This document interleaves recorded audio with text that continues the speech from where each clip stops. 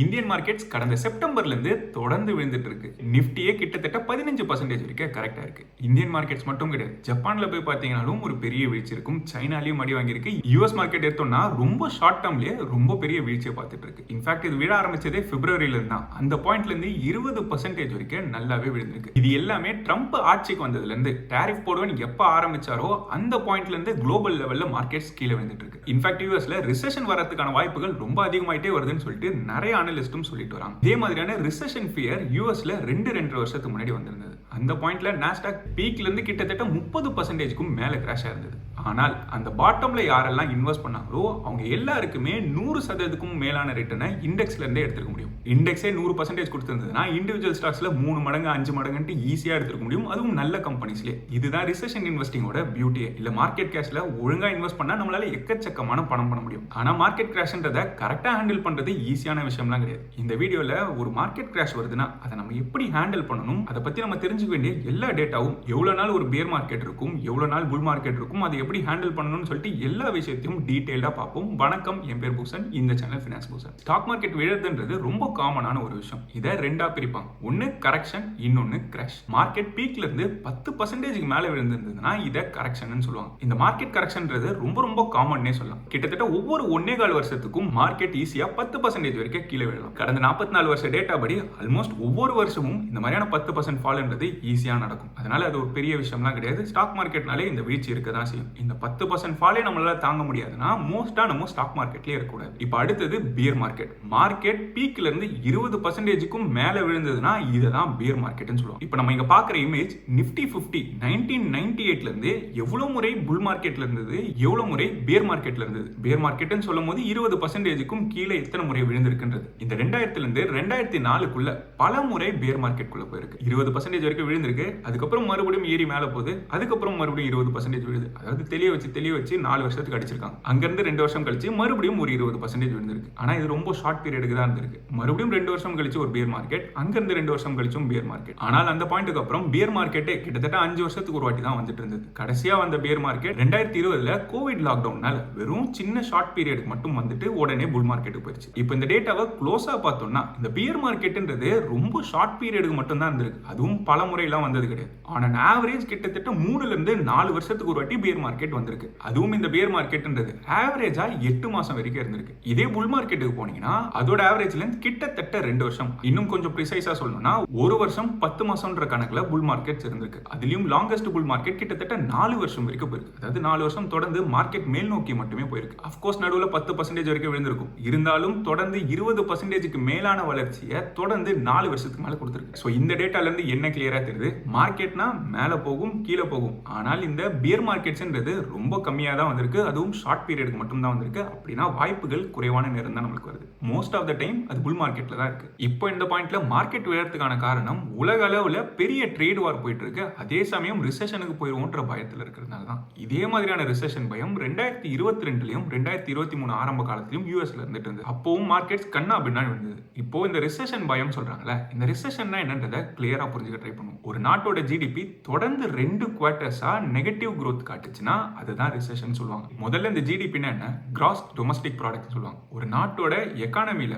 Goods service இதெல்லாம் உற்பத்தி செய்றாங்கல்ல, இது எல்லாத்தையுமே மானிட்டரி வேல்யூவா போட்டாங்கன்னா, அதாவது பணமா மதிப்பிட்டாங்கன்னா இதுதான் ஜிடிபின்னு சொல்லுவாங்க. இது யூசுவலா ஒரு ஸ்பெசிபிக் பீரியடுக்கு மெஷர் பண்ணுவாங்க. அதாவது ஒவ்வொரு குவார்ட்டருக்கும் இதை மெஷர் பண்ணிக்கிட்டே வருவாங்க. ரொம்ப சிம்பிளா சொல்லணும்னா ஒரு நாட்டோட எக்கானமிக் ஹெல்த் எப்படி இருக்குன்றது இண்டிகேட் பண்றது தான் இந்த ஜிடிபி. ஜிடிபி வளருதுன்னா என்ன அர்த்தம், அந்த நாட்டோட எக்கானமி பெருசாயிட்டே போகுதுன்னு அர்த்தம். அதாவது எக்கானமி பெருசாகுதுன்னா கம்பெனிகள் நிறைய லாபம் பண்ணுது, மக்கள் கிட்ட நிறைய பணம் இருக்கு, அதை ஸ்பெண்ட் பண்ண ரெடியா இருக்காங்க. அதனால வேலை வாய்ப்புகளும் அதிகரிச்சுட்டு போகுது. ஓவராலா நாட்டோட பொருளாதாரமே எக்ஸ்பேண்ட் ஆகுதுன்னு சொல்லலாம். இதே ஜிடிபி குறையுதுன்னா என்ன அர்த்தம், கம்பெனிகள் முன்ன போல அதிகமா ப்ரொடியூஸ் பண்றது கிடையாது, குறைவா ப்ரொடியூஸ் பண்ண ஆரம்பிச்சிருக்காங்கன்னு அர்த்தம். குறைவா ப்ரொடியூஸ் பண்றாங்கன்னா என்ன அர்த்தம், மக்கள் கிட்ட அந்த அளவுக்கு ஸ்பெண்டிங் பவர் கிடையாது, யாரும் செலவு பண்றதுக்கு ரெடியா இல்ல. குறைவான கஸ்டமர்ஸ் தான் இருக்காங்க, கொஞ்சமா தான் ப்ரொடியூஸ் பண்றோம்னா கம்பெனிக்கு நிறைய ஆட்கள் தேவையில்லை. அதனால கொஞ்சம் கொஞ்சமா வேலை வாய்ப்புகள் இழக்கப்படும். ஓவராலா பொருளாதாரமே ஸ்லோ டவுன் ஆயிரும். இந்த மாதிரி அட்லீஸ்ட் 6 மாசத்துக்கு ஸ்லோ டவுன் ஆகிட்டே இருந்ததுன்னா அதை அபிஷியலா ரிசெஷன் டிக்ளேர் பண்றாங்க. ஆனா ஆனா ஸ்டாக் மார்க்கெட் ரிசெஷன் டிக்ளேர் பண்ற வரைக்கும் வெயிட் பண்ணாது. யூசுவலா மார்க்கெட்டை ஃபார்வர்ட் லுக்கிங்னு சொல்லுவாங்க. ரிசெஷன் வரப்போகுதுன்றத ஓரளவுக்கு ப்ரெடிக்ட் பண்ணிருச்சுனாலே ஆல்ரெடி அதை விழ ஆரம்பிச்சிடும். இது எல்லாமே பிரைஸ் இன் ஆயிடும். இந்த பயத்தினால தான் ஸ்டாக் மார்க்கெட் ஆல்ரெடி உலக அளவில் விழ ஆரம்பிச்சிருக்கு. அது எப்படி மார்க்கெட் ஆல்ரெடி ரிசெஷன் வரப்போகுதுன்றத ப்ரெடிக்ட் பண்ணுன்னு கேட்டீங்கன்னா அதுக்குன்னு சொல்லிட்டு சில சைன்ஸ் இருக்கு. முக்கியமான சைன்ஸை நம்ம பார்ப்போம். உதாரணத்துக்கு கம்பெனிஸ் 3 மாசத்துக்கு ஒரு வாட்டி அவங்களோட ரிசல்ட்ஸை டிக்ளேர் பண்ணுவாங்க. இப்போ இந்த ரிசல்ட்ஸ் டிக்ளேர் பண்ணும்போது அவங்களோட ப்ராஃபிட்ஸ் தொடர்ந்து குறைஞ்சிக்கிட்டே இருந்ததுன்னா இது ஒரு பர்டிகுலர் சைன் ஓவராலா எக்கானமியே ஸ்லோ ஆகுதுன்றது இண்டிகேட் பண்ணும். ரெண்டாவது ஆர்பிஐயோ இல்ல சென்ட்ரல் பேங்க்ஸோ இன்ட்ரெஸ்ட் ரேட்டை தொடர்ந்து ஏத்திக்கிட்டே போனாங்கன்னா இதுவும் எக்கானமி ஸ்லோ டவுனுக்கு ஒரு இண்டிகேட்டர். அடுத்தது இன்ஃபிளேஷன். தொடர்ந்து பொருட்களோட விலை மேலே ஏறிக்கிட்டே போகுதுன்னா நிறைய பேரால பொருட்கள் வாங்க முடியாது. கன்சூமர் ஸ்பெண்டிங் குறைஞ்சிருச்சு, எக்கானமி ஸ்லோ ஆகுது. இதுக்கு அடுத்தது புதிய வேலை வாய்ப்புகள் குறைவா இருக்குன்றது தெரிஞ்சதுனாலும் ஒரு ஸ்லோ டவுனை இண்டிகேட் பண்ணுது. கடைசியா உலக அளவில் ஜியோ பொலிட்டிக்கல் டென்ஷன் அதிகமா இருந்ததுனாலும் அதுவுமே ரிசெஷனுக்கு லீட் பண்றதுக்கு வாய்ப்பு இருக்கு. இந்த சைன்ஸ் எல்லாம் பார்த்துட்டு மார்க்கெட் ஓரளவுக்கு ரிசெஷன் வருமா இல்லையான்றத ஃபார்வர்ட் லுக்கிங்கா ப்ரெடிக்ட் பண்ண ட்ரை பண்ணும். இப்போ இங்க இந்த இன்ஃபிளேஷனும் இன்ட்ரெஸ்ட் ரேட்டும் பார்க்கறோம்ல, இது ரொம்ப ரொம்ப முக்கியமான கான்செப்ட். இன்ஃபேக்ட் ரிசெஷனும் இல்ல அசெட்டோட பிரைசஸ் மேல கீழே போறதுக்கு எல்லாத்துக்குமே இது ரொம்ப முக்கியம். இதை பத்தி டீடைல்டா ஒரு வீடியோ பண்ணி அதுக்கான லிங்கை மேலேயோ இல்ல கீழேயோ கொடுக்குறேன். கண்டிப்பா செக் பண்ணி பாருங்க. இந்த வீடியோவை பார்த்தாலே அசெட் கேட்டகரிஸ்குள்ள நம்ம எப்போ என்டர் ஆனோம் எப்போ என்டர் ஆகக்கூடாது, இந்த ரிசெஷன் இன்ஃபிளேஷன் இன்ட்ரெஸ்ட் ரேட் எல்லாம் எப்படி இன்டர்லிங்க்டா இருக்குன்றத கிளியரா புரிஞ்சுக்க முடியும். இப்போ 2022-23 இந்த சைன்ஸ் எல்லாமே கிளியரா இருந்தது. உலக அளவில் Jio political tension, Russia Ukraine வார் நடந்துட்டு இருந்தது. உலகத்தில் இருக்க எல்லா நாடுகளிலும் இன்ஃபிளேஷன் கண்ணா பின்னா ஏறி பீக்குக்கு போயிருச்சு. அதே நேரத்தில் சென்ட்ரல் பேங்க்ஸ் எல்லாம் இன்ட்ரெஸ்ட் ரேட்டையும் ஏற்ற ஆரம்பிச்சிட்டாங்க. நிறைய கம்பெனிஸ் லே ஆஃபும் பண்ண ஆரம்பிச்சாங்க. இந்த சைன்ஸ் எல்லாம் பார்த்துட்டு ரிசெஷன் வந்துரும்ன்ற ஃபியர்ல யூஎஸ் மார்க்கெட் வீட ஆரம்பிச்சது. எக்ஸாக்டா அந்த பாயிண்ட்ல தான் இந்த வீடியோ பண்ணிருப்பேன்.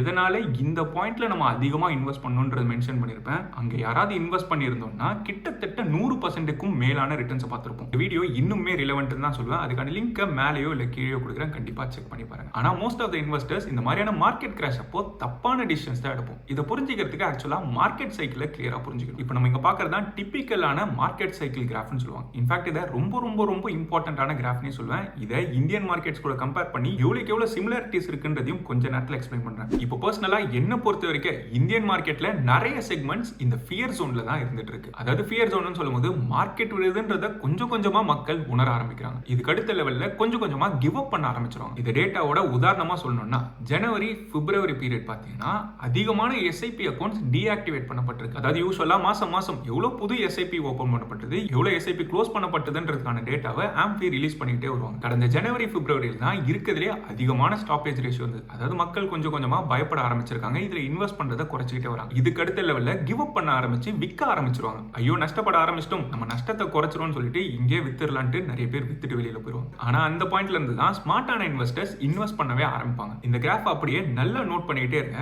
இதே மாதிரியான பேட்டர்னை இந்தியால ஸ்மால் கேப் இண்டெக்ஸ்ல நம்மளால பார்க்க முடியும். தொடர்ந்து ரொம்ப மாசமா யாருமே இன்ட்ரெஸ்ட் காட்டாம ஒரே லெவல்ல பிளாட்டா இருந்துட்டு இருந்தது. அந்த இடத்துல தான் நம்ம இன்ஃபேக்ட் அதிகமா இன்வெஸ்ட் பண்ணோம். அதுக்கப்புறம் ஒரு பாயிண்ட்டுக்கு அப்புறம் அது கண்ணா பின்னான் ஏற ஆரம்பிச்சு ரொம்ப பீக்குக்கு போயிருச்சு. இன்ஃபேக்ட் செப்டம்பர் அக்டோபர் பீரியட்ல அதோட மொத்த பீக்குமே அட்டெண்ட் பண்ணிருக்கும். ரொம்ப ஷார்ட் பீரியட்லயே 100%க்கும் மேலான ரிட்டர்ன்ஸே ஸ்மால் கேப் கொடுத்தது. அங்கிருந்து விழ ஆரம்பிச்சது கிட்டத்தட்ட 20%க்கும் மேலான வீழ்ச்சியை பார்த்துருச்சு. இன்ஃபேக்ட் ஸ்மால் கேப் ரொம்ப ஓவர் வேல்யூட் ஜோனுக்கு போயிருச்சுன்றத பல முறை நிறைய வீடியோல போன வருஷம் நான் சொல்லிட்டு வந்துட்டு இருந்தேன். செப்டம்பர் அக்டோபர் பீரியட்ல மிட் கேப்ல இருந்தும் ஸ்மால் கேப்ல இருந்தும் எக்ஸிட்டும் பண்ண ஆரம்பிச்சிட்டேன். இன்ஃபேக்ட் உன்னோட போர்ட்ஃபோலியோ ஆக்டிவிட்டியும் மார்க்கெட்டோட ரியல் டைம் அப்டேட்ஸும் ரெகுலரா லேர்னர்ஸ் மெம்பர் கம்யூனிட்டில ஷேர் பண்ணிட்டு வரோம். இதே மாதிரியான ட்ரெண்ட் நாஸ்டாக்லயும் ஃபீல் ஆனதுனால ஒரு சில வாரத்துக்கு முன்னாடி என்னோட டெக் ஸ்டாக்ஸ்ல இருந்தும் கம்ப்ளீட்டா எக்ஸிட் பண்ணிட்டேன். மெம்பர் கம்யூனிட்டியை பத்தி முதல்ல கேள்விப்படுறீங்கன்னா என்னோட போர்ட்ஃபோலியோ ஆக்டிவிட்டியும் மார்க்கெட் பத்தின ரியல் டைம் அப்டேட்ஸும் இன்வெஸ்டிங் பத்தின நிறைய இன்சைட்ஸும் ரியல் டைம்ல ஷேர் செய்யப்படும். இது உங்களோட இன்ட்ரெஸ்டா இருந்ததுன்னா ஜாயின் பட்டனை கிளிக் பண்ணியோ இல்ல கமெண்ட்ஸ்ல இருக்க லிங்கை யூஸ் பண்ணி உங்களால ஜாயின் பண்ண முடியும். ஒரு சில மாசம் ட்ரை பண்ணிட்டு உங்களுக்கு இன்ட்ரெஸ்ட் இல்லைன்னா எப்போ வேணாலும் டிஸ்கண்டினியூ பண்ணிக்கலாம். இந்த டிபிக்கல் மார்க்கெட் சைக்கிள் சார்ட்டையும்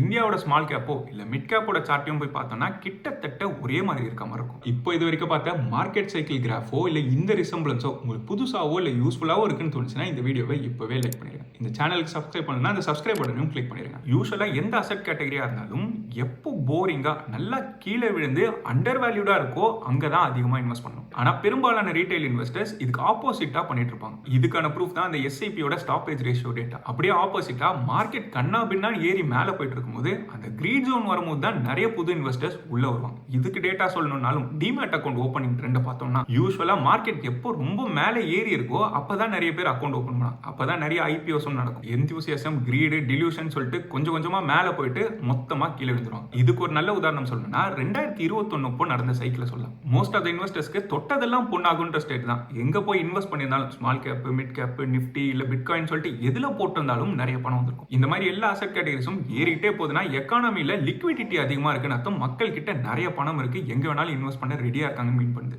ஒரு உதாரணம் சொல்லணும்னா இந்த NFT ட்ரெண்ட் இருந்தது. இங்க குரங்கு பொம்மை மாதிரி ஒரு JPEG இமேஜ் பாக்குறோம்ல, இந்த இமேஜை பல மில்லியன் டாலர்ஸ் கொடுத்து மக்கள் வாங்க ரெடியா இருந்தாங்க. இதுதான் மேனியா இல்ல யூஃபோரியா ஸ்டேட்னு சொல்லுவாங்க. யூசுவலா கண்ணா பின்னாடி எந்தெந்த அசெட் கேட்டகரிஸோ ஏறிட்டே இருக்குன்னா அந்த பாயிண்ட்ல தான் நம்மளோட இன்வெஸ்ட்மெண்ட்ஸை குறைக்கணும், நம்ம இன்னும் கொஞ்சம் ஜாக்கிரதையா இருக்கணும்ன்றது அர்த்தம். அதே மாதிரி மார்க்கெட் விழுந்துட்டு இருக்கு, அதனால நான் இப்போ போயிட்டு கண்மூடித்தனமா ஸ்மால் கேப், மிட் கேப்ல நான் இன்வெஸ்ட் பண்ண போறேன்னு சொன்னாலும் அது ஒரு நல்ல இன்வெஸ்டருக்கு அழகு கிடையாது. எங்க இன்வெஸ்ட் பண்றோம்னாலும் நல்ல வேல்யூவேஷன்ல வாங்குறது ரொம்ப ரொம்ப இம்பார்ட்டன்ட். தப்பான வேல்யூவேஷன்ல என்ட்ரானோம்னா நம்மளுக்கு நஷ்டம் தான் வந்திருக்கும். அந்த நஷ்டத்தை ஈடுகட்ட பல வருஷம் நம்ம வெயிட் பண்ற மாதிரி இருக்கும். இன்னும் சில கேசஸ்ல இந்த நஷ்டத்தை பார்த்துட்டு ஈக்விட்டி வச்சுட்டே மொத்தமா வெளியில போயிடுவாங்க. இப்போ மார்க்கெட் எல்லாம் ஒரு பக்கம் வச்சிரும். உண்மையாவே ரிசெஷன் வந்தா என்ன ஆகும்? நம்ம கிட்ட பணம் இருக்காது. இன்ஃபேக்ட் நம்மள வேலையை விட்டு அனுப்புறதுக்கும் வாய்ப்புகள் ரொம்ப அதிகமாயிடும். அதுக்கு நம்ம முதல்ல ப்ரிப்பேர்டா இருக்கமான்றது ரொம்பவுமே அவசியம். இதுக்கு தான் எப்பவுமே நான் என்ன சொல்லுவேன்னா, எமர்ஜென்சி ஃபண்டா அட்லீஸ்ட் 6 மாச செலவுகளை பாக்குற பணத்தை தனியா பேங்க்ல லிக்விடா எங்கேயாவது சேர்த்து வச்சிடணும். ஒருவேளை இன்கம் இல்லாத நேரத்தில் நம்மளுக்கு திடீர்னு ஒரு பெரிய மெடிக்கல் செலவு வந்ததுன்னா அதை பார்த்துக்கிறதுக்குன்னு சொல்லிட்டு தனியா ஒரு ஹெல்த் இன்சூரன்ஸ் மொத்த ஃபேமிலிக்கும் அவசியம். அதே மாதிரி நம்ம தான் ஃபேமிலியோட ஏர்னிங் மெம்பர்னா நம்ம பேர்ல டேர்ம் இன்சூரன்ஸும் அவசியம். இந்த பேசிக்ஸ் எல்லாம் முதல்ல ஃபிக்ஸ் பண்ணிடுவோம். அதுக்கப்புறமா மார்க்கெட்ல இன்வெஸ்ட் பண்றதுக்கும் ஒரு ப்ராப்பரான பிளான் வேணும். அதாவது மார்க்கெட் விழுதுன்னு சொல்லிட்டு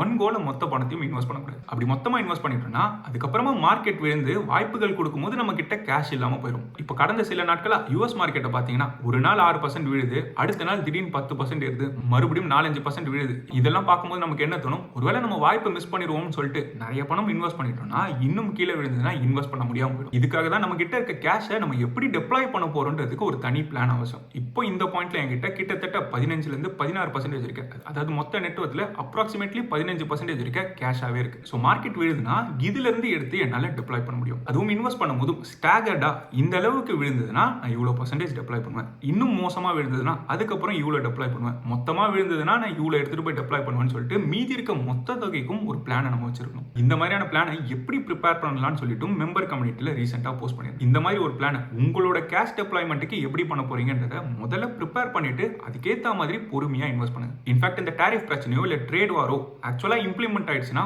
உடனே எல்லாம் முடிகிற விஷயம்லாம் கிடையாது. இதோட எஃபெக்ட்ஸ் குளோபல் எக்கானமில பல மாசங்கள்ல இருந்து சில வருஷங்கள் வரைக்கும் கூட தெரியலாம். அதே மாதிரி மார்க்கெட்ல வாய்ப்புகள் வரும்போது அந்த வாய்ப்பை நழுவ விடக்கூடாது. இல்ல இன்னும் விழட்டும், இந்த இடத்துல நான் வித்துடுறேன், மொத்தமா நான் அப்புறமா பாட்டம் போன அப்புறம் வாங்குறேன்னு நினைச்சீங்கன்னா மார்க்கெட் அந்த வாய்ப்பே கொடுக்காம மேலே ஏறி போயிடுச்சுன்னா நீங்க வித்ததும் வீணா போயிடும், வாங்காமலும் விட்டுருப்பீங்க.